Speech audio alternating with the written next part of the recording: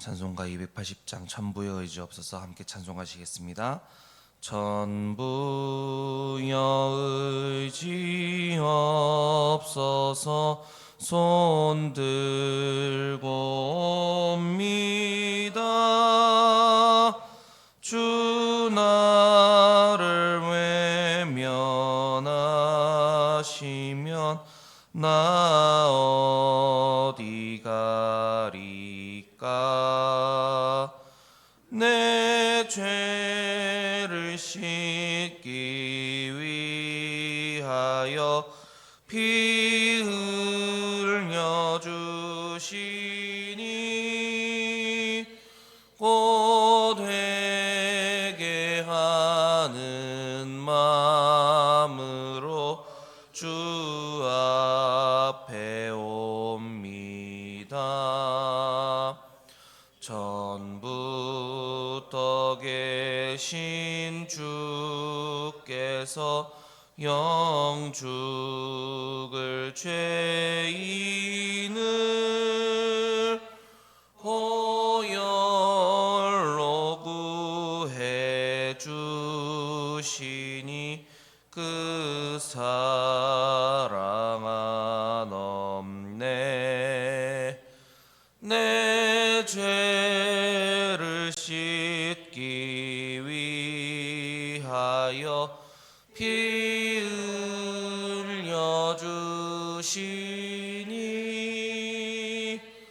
곧 회개하는 마음으로 주 앞에 옵니다. 나 예수 의지함으로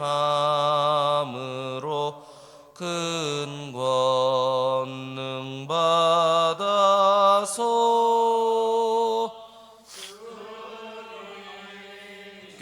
구한 모든 것을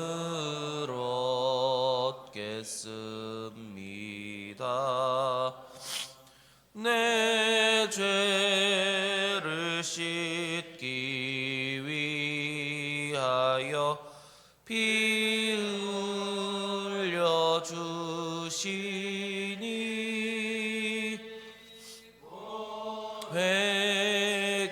회개하는 마음으로 주 앞에 옵니다.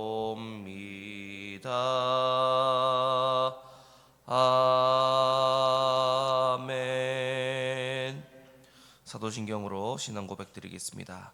나는 전능하신 아버지 하나님 천지의 창조주를 믿습니다. 나는 그의 유일하신 아들 우리 주 예수 그리스도를 믿습니다. 그는 성령으로 잉태되어 동정녀 마리아에게서 나시고 본디오 빌라도에게 고난을 받아 십자가에 못 박혀 죽으시고 장사된 지 사흘 만에 죽은 자 가운데서 다시 살아나셨으며 하늘에 오르시어 전능하신 아버지 하나님 우편에 앉아 계시다가 거기로부터 살아있는 자와 죽은 자를 심판하러 오십니다. 나는 성령을 믿으며 거룩한 공교회와 성도의 교제와 죄를 용서받는 것과 몸의 부활과 영생을 믿습니다. 아멘. 오늘 함께 나눌 말씀은 예레미야 13장 1절로 14절까지의 말씀입니다. 예레미야 13장 1절로 14절까지의 말씀. 교독하여 읽다가 14절은 함께 읽도록 하겠습니다. 예레미야 13장 1절로 14절까지의 말씀입니다. 여호와께서 이와 같이 내게 이르시되 너는 가서 뱃띠를 사서 내 허리에 띠고 물에 적시지 말라 하시기로 내가 여호와의 말씀대로 띠를 사서 내 허리에 띠니라. 여호와의 말씀이 다시 내게 임하여 이르시되 너는 사서 내 허리에 띈 띠를 가지고 일어나 유브라데로 가서 거기서 그것을 바위 틈에 감추라 하시기로. 내가 여호와께서 내게 명령하신 대로 가서 그것을 유브라데 물가에 감추니라. 일어날 후에 여호와께서 내게 이르시되 일어나 유브라데로 가서 내가 내게 명령하여 거기 감추게 한 띠를 가져오라 하시기로. 내가 유브라데로 가서 그 감추었던 곳을 파고 띠를 가져오니 띠가 썩어서 쓸 수 없게 되었더라. 여호와의 말씀이 내게 임하니라 이르시되 여호와께서 이와 같이 말씀하시니라. 내가 유다의 교만과 예루살렘의 큰 교만을 이같이 썩게 하리라.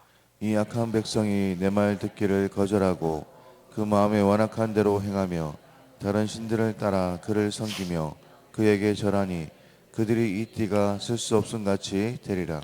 여호와의 말씀이니라. 띠가 사람의 허리에 속함 같이 내가 이스라엘 온 집과 유다의 온 집으로 내게 속하게 하여 그들로 내 백성이 되게 하며 내 이름과 명예와 영광이 되게 하려 하였으나 그들이 듣지 아니하였느니라. 그러므로 너는 이 말로 그들에게 이르기를 이스라엘의 하나님 여호와의 말씀에 모든 가죽 부대가 포도주로 차리라 하셨다 하라. 그리하면 그들이 내게 이르기를 모든 가죽 부대가 포도주로 찰 줄을 우리가 어찌 알지 못하리요 하리니 너는 다시 그들에게 이르기를 여호와의 말씀에 보라. 내가 이 땅의 모든 주민과 다윗의 왕위에 앉은 왕들과 제사장들과 선지자들과 예루살렘 모든 주민으로 잔뜩 취하게 하고 다 같이 있습니다. 또 그들로 피차 충돌하여 상하게 하되 부자 사이에도 그러하게 할 것이라. 내가 그들을 불쌍히 여기지 아니하며 사랑하지 아니하며 아끼지 아니하고 멸하리라 하셨다 하라. 여호와의 말씀이니라. 아멘. 오늘 본문의 말씀에 이르기 전에 하나님께서는 계속해서 이스라엘, 그러니까 남유다의 심판을 말씀하고 계셨습니다. 그러나 하나님께서 회복시키실 것이라 말씀을 주셨지요.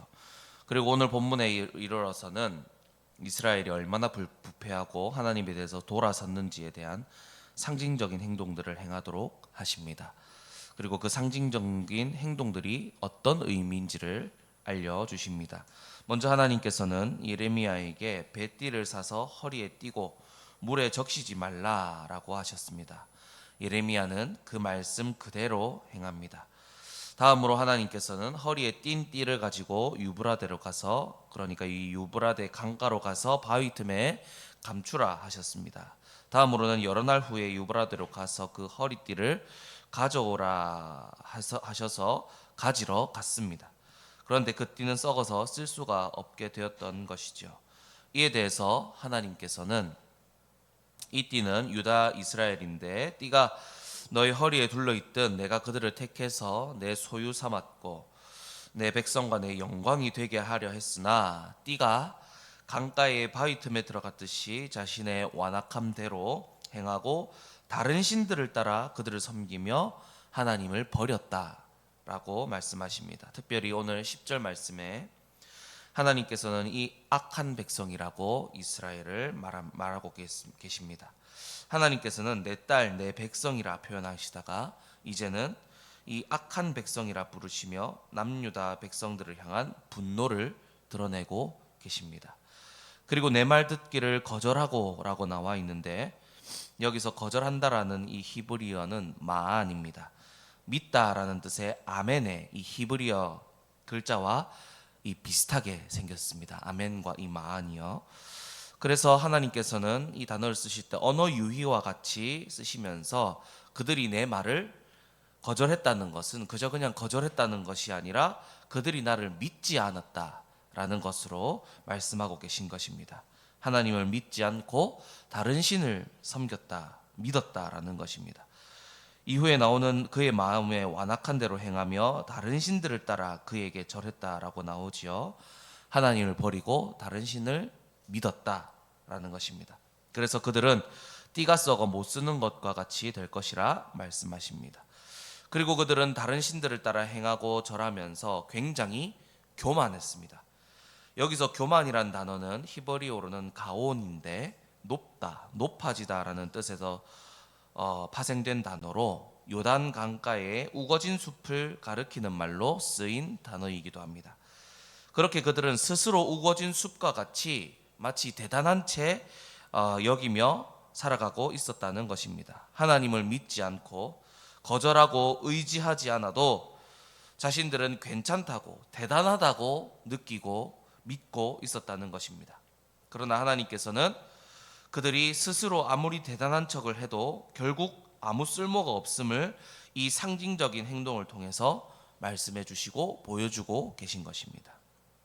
또 오늘 뱃띠를 유브라데 바위 틈에 감추라 하셨는데 이것은 유다가 바벨론에 포로되어 당할 환난을 뜻합니다. 유다 백성은 자신이 대단하다고 괜찮다고 생각하지만 결국 하나님의 심판으로 말미암아 비참한 자리로 떨어진다라고 말씀하고 계십니다. 그들이 의지하고 자랑하는 이방신들이 아무것도 아니라라고 말씀하고 계신 것이지요. 그렇게 그들의 교만을 썩게 만들 것이라 하셨습니다.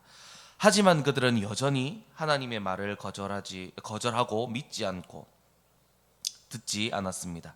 그래서 하나님께서는 12절로 14절까지의 말씀처럼 심판을 선포하고 계십니다. 하나님께서는 예레미야에게 모든 가죽 부대가 포도주로 차리라라고 하셨다라고 전하라고 합니다. 그러면 그들이 가죽 부대가 포도주로 찰 줄을 우리가 어찌 알지 못하느냐라고 말한다고 합니다. 당연한 소리 하고 있다라고 따진다고 합니다. 일단 여기서 가죽 부대라고 표현되어 있지만 원어로는 포도주 항아리라고 보는 것이 맞다고 합니다. 이러나 저러나 포도주를 담는 곳에 포도주가 가득 찬다는 것이죠.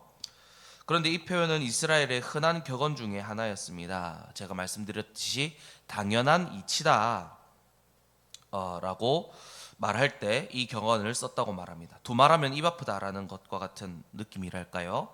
그래서 사람들은 당연한 말을 왜 하느냐라고 하나님께 따진다는 것입니다. 하나님께서 말씀하시면 이것이 무슨 뜻인가 하고 하나님께 묻는 것이 아니라 하나님께 따지고 덤벼든다라는 것입니다. 영적으로 돌같이 굳은 이 유다의 모습을 보여주고 계신 것입니다. 그리고 소산의 풍성함을 뜻하는 격언의 또 하나였던 것으로 보여집니다.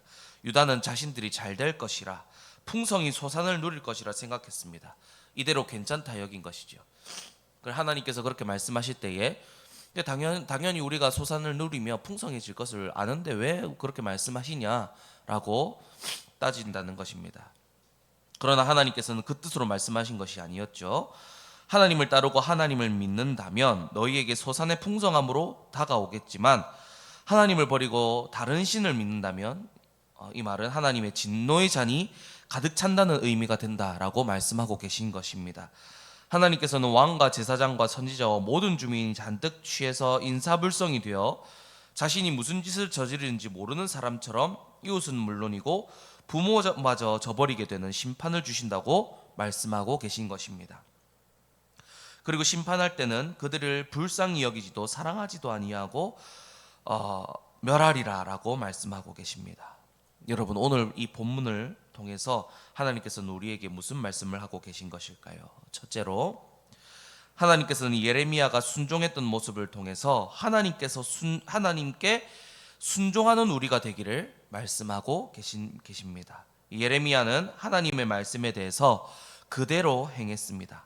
한 번에 어떻게 하라고 말씀하신 것도 아니고 이번에는 뱃띠를 사서 허리에 매라고 하시고 물에 적시지 말라고 하셨습니다. 그리고 다음에는 유브라데 바위 틈에 감추라는 이상한 말씀을 하십니다. 그리고 다음에는 그것을 가져오라 하시죠. 도중에 하나님 이게 무슨 뜻입니까? 왜 이렇게 하십니까? 묻지도 따지지도 않습니다. 그저 시키는 대로 그대로 했습니다. 하나님께서는 이 모습을 통해서 유다에게도 지금 이런 모습을 원하고 있다라고 말씀하고 계십니다. 그리고 지금 우리에게도 말씀하고 계십니다. 이렇게 하시는 이유는 나중에 결국 다 말씀해 주십니다. 다 밝히 드러나는 것입니다. 그것을 우리가 알고 하나님을 신뢰하고 우리는 묵묵히 순종의 길로 걸어가야 한다라고 지금 말씀하고 계신 것입니다. 그리고 이 순종의 모습으로 세상 가운데에 하나님과 하나님의 뜻을 나타내 보이라고 말씀하고 계십니다.